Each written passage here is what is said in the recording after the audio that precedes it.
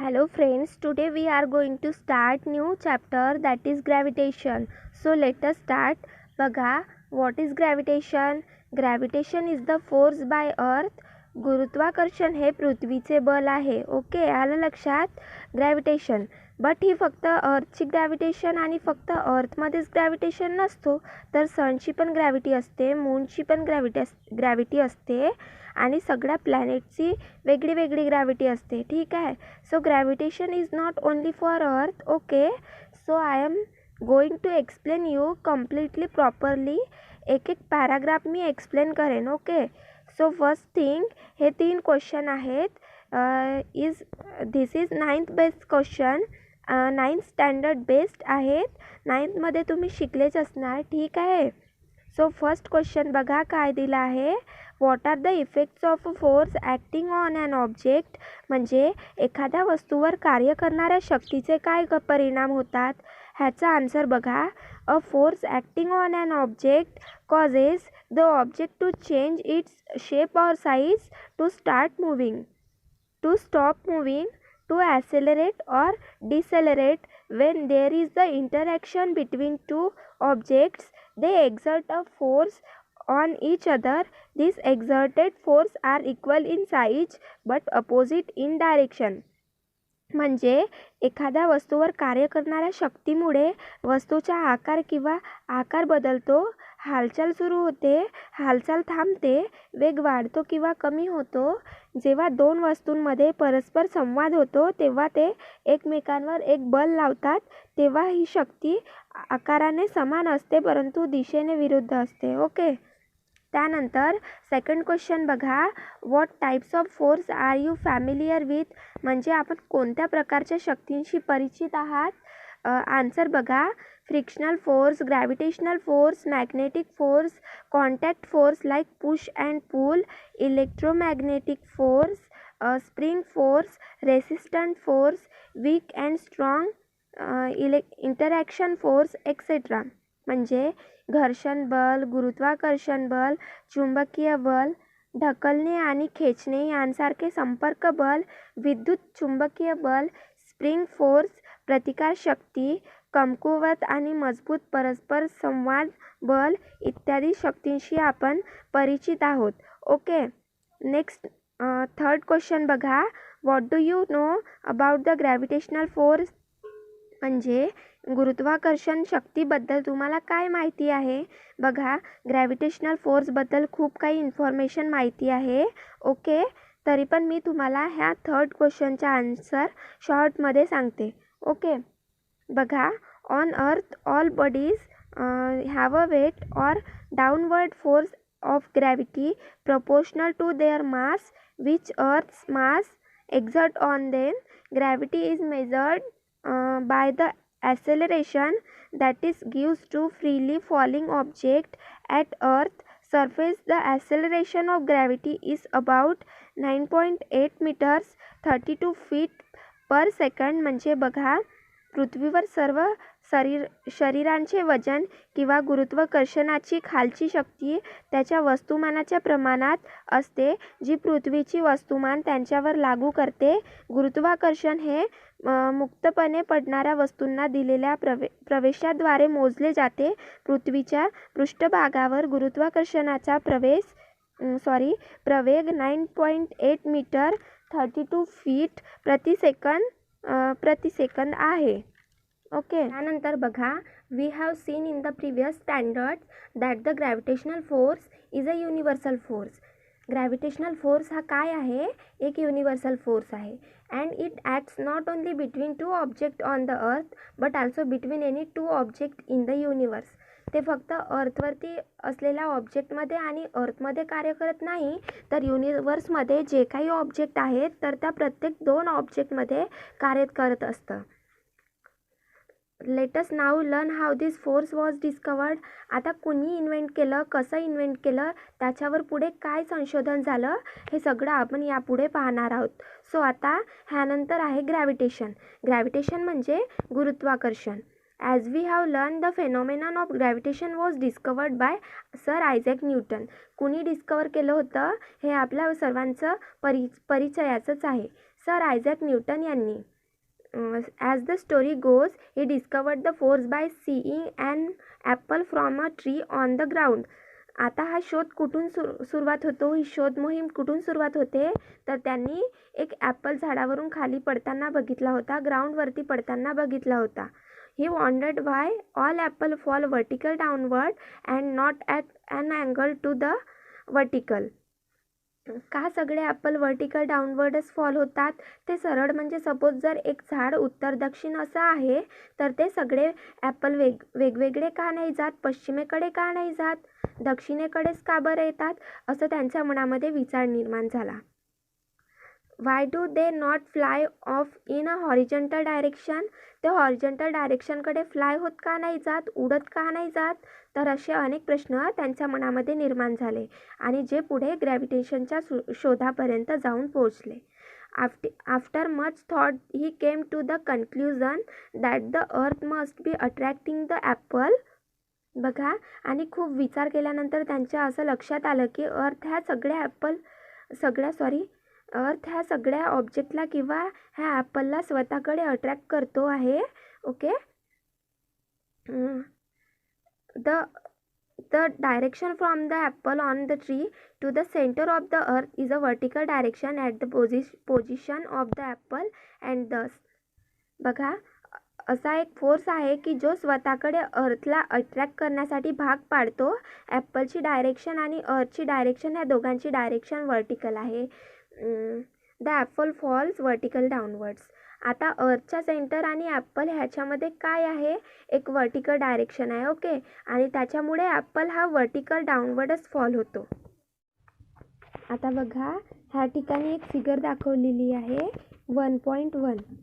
Figure 1.1 on the left shows an apple tree on the earth. The force on an apple on the tree is toward the center of the earth, that is along the perpendicular from the position of the apple to the surface of the earth. The figure also shows the gravitational force between the earth and the moon. The distance in the figure are not according to scale. आकृती 1.1 मध्ये पृथ्वीवरील एक ॲपलचे झाड दाखवलेले आहे. ॲपलवरील बल पृथ्वीच्या केंद्राच्या दिशेने असते, म्हणजेच ॲपलच्या स्थानापासून पृथ्वीच्या पृष्ठभागाला लंब असते. आकृतीत चंद्र व पृथ्वी यांमधील गुरुत्वाकर्षण बल दाखवलेले आहे. आकृतीतील अंतरे प्रमाणानुसार दाखवलेली नाहीत.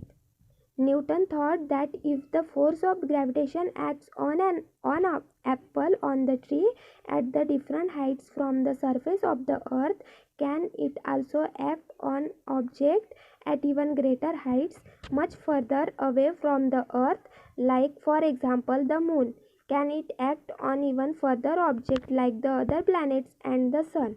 न्यूटनने विचार केला की जर का हे बल वेगवेगळ्या उंचीवर असलेल्या ॲपलवर प्रयुक्त होत असेल तर ते सफरचंदाहून बऱ्याच अधिक उंचीवर पृथ्वीपासून खूप दूरवर असलेल्या चंद्रासारख्या वस्तूंवरही प्रयुक्त होत असेल का? तसेच सूर्य, ग्रह अशा चंद्राहून अधिक दूरवरच्या खगोलीय वस्तूंवरही प्रयुक्त होत असेल का? त्यानंतर आहे फोर्स आणि motion. We have seen that a force is necessary to change the speed as well as the direction of motion of an object. बघा, एखाद्या वस्तूच्या वेगाच्या परिमाणात किंवा गतीच्या दिशेत बदल घडवून आणण्यासाठी त्यावर बल प्रयुक्त होणे आवश्यक असते. हे आपण पाहिले आहे का? यस. आता त्यानंतर आहे फोर्स आणि मोशन. ओके, फोर्स आणि मोशन हा जो टॉपिक आहे आपण 6th standard, 7th standard, 8th standard, 9th स्टँडर्डपर्यंत शिकत आलेले आहोत. ओके, सो फोर्स म्हणजे काय आहे? बल आहे. फोर्स म्हणजे सिम्पल, आपण एखादं ऑब्जेक्टला ढकलण्यासाठी किंवा तो ॲक्सेलरेट व्हावं यासाठी जो अप्लाय करतो तो फोर्स असतो. ओके, फोर्स लावल्याने काय होतं, ऑब्जेक्ट मूव्ह व्हायला लागतो, त्याची प्लेस तो सोडून देतो, म्हणजेच तो काय होतो, ॲक्सेलरेट होतो. ॲक्सिलरेट होतो. आणि मोशन म्हणजे गती. ओके, आपण पाहिलेलं आहे की फोर्स एखाद्या मोशनमध्ये असलेल्या ऑब्जेक्टचं स्पीड आणि डायरेक्शन चेंज करण्यासाठी गरजेचे आहे. ओके, जेव्हा आपण एखाद्या ऑब्जेक्टवरती फोर्स अप्लाय करतो तेव्हा ऑब्जेक्ट जर मोशनमध्ये असेल तर त्याची स्पीड चेंज करतो. एकतर तो जास्त करेल किंवा कमी करेल किंवा त्याची डायरेक्शन पण चेंज करतो. ओके, सो अशा प्रकारे एखादं मोशनमध्ये असलेल्या ऑब्जेक्टची डायरेक्शन आणि स्पीड चेंज होण्यासाठी फोर्स म्हणजेच बल नेसेसरी आहे, गरजेचे आहे. ओके, सो लास्ट इयरला आपण न्यूटन्सचे लॉ अभ्यासले होते. ओके, सो परत आपण ते लॉज पाहूयात. फर्स्ट लॉ असा होता की जोपर्यंत आपण एखाद्या ऑब्जेक्टवरती बल टाकत नाही किंवा बल त्याच्यावरती आपण लावत नाही तोपर्यंत तो ऑब्जेक्ट आपलं प्लेस सोडत नाही. ओके, सो आता आपण थोडंसं महान सायंटिस्ट जे होते न्यूटन यांच्याबद्दल थोडीशी माहिती बघूयात की त्यांनी ग्रॅव्हिटेशनल फोर्स जो आहे किंवा ग्रॅव्हिटेशन जे आहे तर त्याबद्दलचे त्यांनी इक्वेशन सगळे लॉज कोणत्या ग्रंथातून मांडले आहेत, त्याचबरोबर त्यांनी अजून कोणत्या फील्डमध्ये मोलाचं कार्य केलेलं आहे ते सगळं आपण ह्या छोट्याशा पॅराग्राफमधून पाहूया. ओके, त्याच्यानंतर बघा, introduction to scientist. The greatest scientist, Sir Isaac Newton, 1642-1727, was one of the greatest scientists of recent time. त्यांचा बर्थ झालं होतं, ते बॉर्न झाले होते 1642ला आणि डेट झाली होती 1727ला. He was born in England. त्यांचा जन्म इंग्लंडमध्ये झाला होता. He gave his laws of motion, equation of motion and theory of gravity in his book of Principia. त्यांनी लॉज ऑफ मोशन आपल्याला सांगितले. हे सगळे त्यांच्या प्रिन्सिपिया या बुकमध्ये आहे. Before this book was written, Kepler had given 3 laws describing planetary motion. हे बुक लिहायच्या आधी केपलर जे सायंटिस्ट होते त्यांच्याबद्दल पण आपण स्टडी करणार आहोत पेज नंबर 3-4मध्ये. ओके, त्यांचे लॉज काय होते, कशा संदर्भात होते, तर त्यांचे लॉज होते the planetary motion of planetary motion describe करणारे होते. ग्रहांचे जे काही मोशन ते डिस्क्राईब करणारे लॉ होते जे त्यांनी प्रिन्सिपिया ही बुक लिहायच्या आधीच त्यांनी मांडले होते. However, the reason why planets move in the way described by Kepler's law was not known. Newton, with his theory of gravity, mathematically derived Kepler's law. But Kepler यांनी जे लॉज सांगितले आहेत त्याचप्रमाणे प्लॅनेट्स कसे काय मूव्ह होतात हे मात्र माहिती नाही. तर न्यूटननी मॅथेमॅटिकली त्यांची जी थेरी होती ग्रॅव्हिटीची, तर ती ग्रॅव्हिटीच्या थेरीच्या आधारावर त्यांनी केपलरचे लॉ मॅथेमॅटिक्समध्ये डेराईव्ह केले होते, म्हणजे मॅथेमॅटिकली डेराईव्ह केले होते. ओके, त्यानंतर in addition to this Newton did ground breaking work in the several areas including light, heat, sound, mathematics. पुढे बघा, आणि आता याच्यामध्ये भर म्हणून न्यूटननी फक्त ग्रॅव्हिटीचा शोध लावला नाही किंवा फक्त लॉज ऑफ मोशनचा शोध लावला नाही, तर त्याचबरोबर त्यांनी लाईट, हीट, साऊंड आणि मॅथेमॅटिक्स यामध्ये देखील खूप मोलाची कामगिरी केली आहे. खूप शोध त्यांनी यामध्ये लावला आहे. He invented a new branch of mathematics. त्यांनी मॅथेमॅटिक्स संदर्भातील एक न्यू ब्रँच इन्व्हेंट केली आहे. न्यू ब्रँचचा शोध लावला आहे आणि त्या शोध लावला आहे.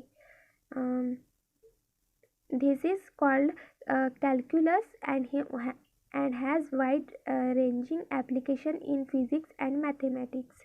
आणि त्या ब्रँचचं नाव आहे calculus. Okay, he was the first scientist to construct a reflecting telescope. Reflecting telescope consider करणारे ते फर्स्ट सायंटिस्ट होते, पहिले सायंटिस्ट होते. रिफ्लेक्टिंग टेलिस्कोपबद्दल आणि 9th स्टँडर्डमध्ये लास्ट लेसनमध्ये रीड केलं आहे. ओके, त्यानंतर येतोय सर्क्युलर मोशन आणि सेंट्रिपेटल फोर्स. आता हे दोन फोर्स काय आहेत, सर्क्युलर मोशन तर आपण बघितलं आहे, पण सेंट्रिपेटल फोर्स काय आहे ते आपण जाणून घेणार आहोत. तर इथे आपल्याला छोटीशी ॲक्टिव्हिटी सांगितली आहे. Tie a stone to one end of a string Take the other end in your hand and rotate the string so that the stone moves along a circle as shown in figure 1.2a. एक दगड एका दोरीच्या टोकाला बांधा. दोरीचे दुसरे टोक हातात धरून शेजारील आकृती 1.2a मध्ये दाखवल्याप्रमाणे फिरवा, जेणेकरून दगड एका वर्तुळावरून फिरेल. Are you applying any force on the stone? त्या दगडावर तुम्ही काय बल प्रयुक्त करीत आहात? In which direction is the force acting? त्या दगडावर तुम्ही काय बल प्रयुक्त करीत आहात का? काही बल प्रयुक्त करीत आहात का? How will you stop this force from acting? हे बल प्रयुक्त न होण्यासाठी तुम्ही काय कराल? What will be the effect on the stone? व असे केल्यास दगडावर काय प्रभाव पडेल? त्यानंतर नेक्स्ट पॅरेग्राफ बघा. As long as we are holding the string, we are pulling the stone toward us, that is toward the center of the circle, and are applying a force toward it. जोपर्यंत आपण दोरीला धरून ठेवले आहे तोपर्यंत त्या दगडाला आपण आपल्याकडे म्हणजेच वर्तुळाच्या केंद्राकडे खेचतो, अर्थात दगडावर कक्षेच्या दिशेने बल प्रयुक्त करत आहोत. The force stop acting if we release the string. In the case, the stone will fly off along a straight line which is the tangent the circle at the position of the stone when a string is released, because that is the direction of its velocity at the instant of figure 1.2b. बघा, आपण दोरी सोडून दिली तर दगडावरील आपण लावलेले बल संपुष्टात येतो. त्या क्षणी वर्तुळावरील दगडाच्या स्थानाशी असणाऱ्या स्पर्शिकेच्या दिशेने दगड फेकला जातो, कारण त्या क्षणी ती त्याच्या वेगाची दिशा असते. आकृती 1.2b. You may recall that we have performed a similar activity previously in which a 5 rupee coin kept on a rotating circular disc files of the disc along the tangent to the disc. Thus, a force acts on an object moving along a circle and it's directed toward the center of the circle. This is called the centripetal force. यापूर्वी आपण अशीच एक कृती केली होती, ती तुम्हाला आठवत असेल. त्यात एक गोल फिरणाऱ्या चकतीवरील 5 रुपयाचे कॉईन स्पर्शिकेच्या दिशेने फेकले जाते. वर्तुळावर कक्षेत फिरणाऱ्या कोणत्याही वस्तूवर वर्तुळाच्या केंद्राच्या दिशेने बल प्रयुक्त होत असते. या बलास अभिकेंद्री बल म्हणजे सेंट्रिपेटल फोर्स म्हणतात. Centripetal means center seeking, that is the object tries to go toward the center of the circle because of this force. म्हणजेच या बलामुळे वस्तू केंद्राकडे जाण्यास प्रवृत्त होते. त्यानंतर बघा या व्हिडिओचा last paragraph. You know that the moon, which is the natural satellite of the earth, goes around it in a definite orbit. पृथ्वीचा नैसर्गिक उपग्रह असलेला चंद्र एका विशिष्ट कक्षेत पृथ्वीभोवती परिभ्रमण करतो हे तुम्हाला माहीतच आहे. The direction of motion of the moon as well as its speed constantly changes during this motion. म्हणजेच त्याची दिशा अर्थात वेग सारखा बदलत असतो. Do you think some force is constantly acting on the moon? मग त्यावर काही बल सतत प्रयुक्त होत असेल का? What must be the direction of this force? या बलाची दिशा कोणती असेल? How would its motion have been if no such force acted on it? जर असे बल नसते तर चंद्राची गती कशी राहिली असती? Do the other planets in the solar system revolve around the sun in a similar fashion?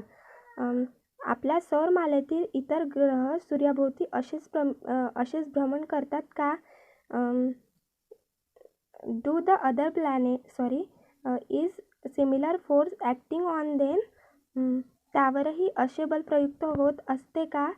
त्यानंतर what must be the its direction? त्याची दिशा कोणती असेल? त्यानंतर बघा, फ्रॉम द अबाव ॲक्टिव्हिटी, मागील कृती, example and question, it is clear that for the moon to go around the earth.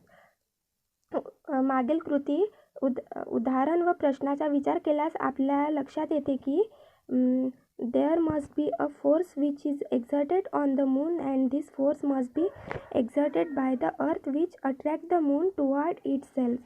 म्हणजे चंद्राला पृथ्वीभोवती त्याच्या कक्षेत फिरत ठेवण्यासाठी त्यावर बल प्रयुक्त होणे आवश्यक आहे.